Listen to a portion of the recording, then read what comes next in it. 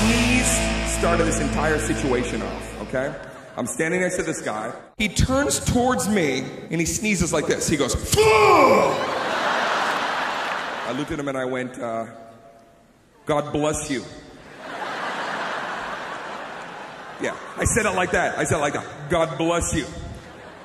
Which, you know, is God bless you, but it kind of sounded like cover your mouth. Guy looks at me and very condescending, he goes, yeah, I'm an atheist. I'm trying to be polite. I don't know you're an atheist, right? And even if I did, what am I supposed to say when an atheist sneezes? When you die, nothing happens.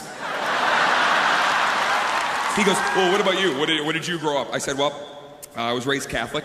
What do you believe happens to you after you die? And I said, okay, well, hopefully I live a good life and my soul goes to heaven. He's giggling. He's like, do you believe this? This is what... So he's laughing at my beliefs, and finally I just snap back, what about you? Okay, what about you, all right? What happens to you after you die? Now he gets very serious, like he's gonna school me, okay? I know what's going to happen to me after I die. After I pass on, my body will become one with this earth. And with that, I will return as a huge, beautiful tree. I hope when he dies, he does become a tree. And wouldn't it be fantastic if while he was out there just enjoying his treeness, through the woods a huge sweaty guy with an axe comes along, sees him, chops him down, smash, put a chain around him, drag him through the mud and the muck, throw him into a sawmill, grind him up,